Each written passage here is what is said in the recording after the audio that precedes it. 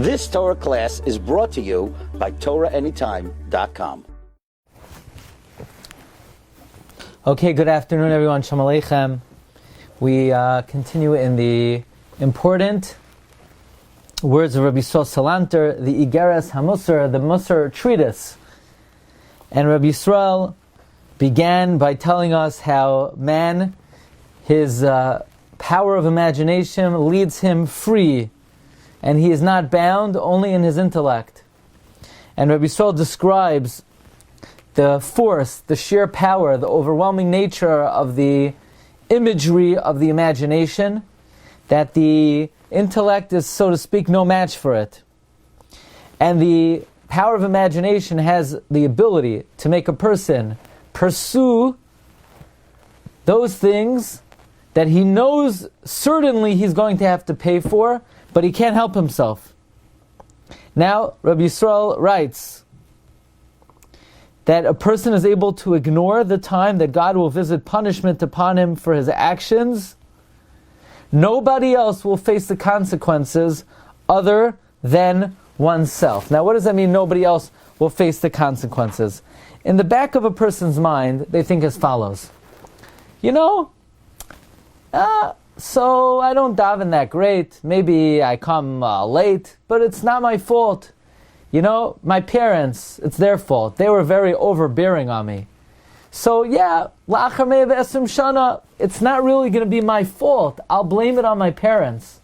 Or I'll blame it on my Rabbi. My Rabbi never really respected me. When I was in second grade, one time my Rabbi gave me a bad look, and that's why I never amounted to anything. So a person is able to convince themselves that ultimately after 120, they're not going to have to bear the responsibility for their actions or their failures. Instead, a person has in their mind, I'm going to blame it on my father, I'm going to blame it on my mother, I'm going to blame it on my children, on my wife. If only my wife would have taken good care of me, if only my husband would have spoken to me nicely. And a person has a whole list of individuals who they will blame for their shortcomings, and Rabbi Yisroel says, no, nice try, pal. La'achar mea ve'esrim shana, the responsibility will fall only on your shoulders. And that's the oldest trick in the book. God comes to Adam. He said, why do you eat the fruit? He said, me? She gave it to me. We've been doing this from time immemorial. But it ain't going to work. At 120, at the din v'cheshbon, the responsibility will fall squarely on our shoulders. So that's the first point of Rabbi Yisroel. He says, hu levado yisa pri chetoi. Man alone will bear responsibility for his actions. And then Rabbi Yisroel really brings to the forefront one of his great principles. Echad hu oise ha'avera v'hanenash. The sinner and the one who will be punished are the same person. So you say, oh, no kidding. Who else says it? Yesterday we said a person might conjure up some kind of imaginary philosophy that when it comes time for punishment, you'll call someone up on Uber to drive over there and to take your place. Come on.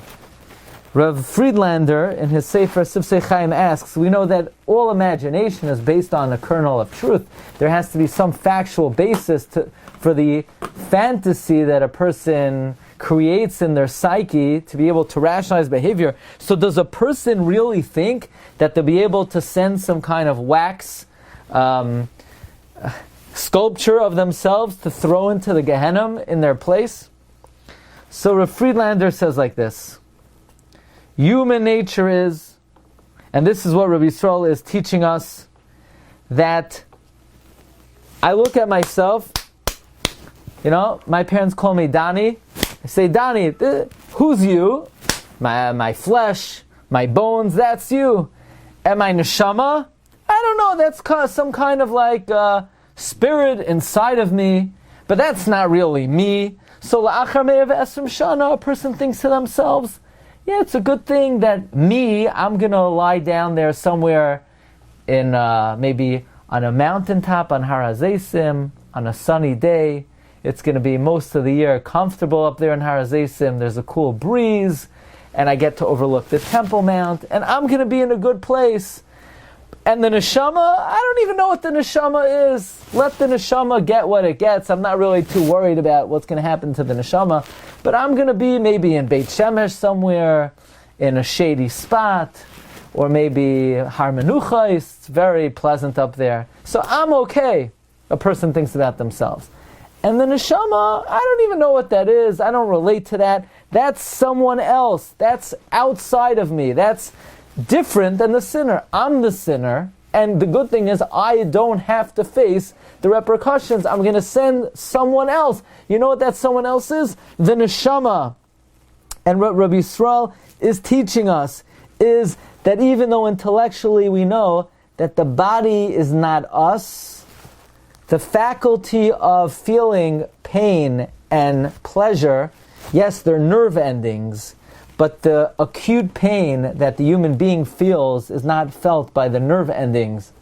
The acute emotional pain that a person feels is felt by the neshama. The enjoyment and pride that a person feels is felt by the neshama. And even though intellectually we know the true I, the true self, is our soul, but the imagination and the koyach hadimyon, that is effective in, so to speak, creating a disconnect between the knowledge that we are our soul and the feeling. We don't feel that we are our soul. In fact, Rav Yitzchak Petterberg writes in the Koich Vayar, I want to read to you his words. Admar, that refers to Rabbi Yisroel. Rav Yitzchak Petterberg was the primary disseminator of the Mussar thought of Rabbi Yisroel. Admar hishrish lanu yediya gedola. Rabbi Yisroel ingrained in us a great truth. Ki guf ha'adam eina rak halavush. Man's body is a coat. Got that? If you want to know who's me, this is not me. That's your coat. That's your clothing. But v'koyach ha'adam hamargeshes noyim v'tzar, the faculty of man that's sensitive to enjoyment and pain. We're not talking about the sensation of taste. We're talking about a certain inner satisfaction or emotional distress. He chaya gam la'achar pshita zvush. That lives on exactly the same way after you shed your body. Now, Rabbi Yisroel writes as follows. If somebody is wearing back to the oven, people want to know why I'm so fixated about the self-cleaning oven. But it's a very good analogy. Let's say you stick your hand in an oven with a glove. So your hand starts to feel warm, even though you have the glove on. But in no way do you feel the real heat of the oven. The same way in this world, our sensory of emotional pain or our ability to feel spiritual delight, yes, when you do a mitzvah, you feel spiritual delight. It's dulled because you have a glove. You know what the glove is? Your body. Your body dulls the neshama's ability to really sense and to savor the spiritual delight that you experience by doing a mitzvah. And likewise, when a person does an avera, you feel down, you feel grimy, you feel disgusting. But it's also dulled because you have a body and the body masks it. But as soon as you take that glove off, la'achar me'ah v'esrim shana, the pleasantness, the happiness, the ecstasy that a person feels from his observance of mitzvahs is so raw and indescribable that there's no pleasure in the world that matches up to it. But likewise, the feeling of pain and anguish of doing an avera, it becomes so raw and so painful that it's unimaginable. And Rabbi Yisroel taught that the body is just a cloak.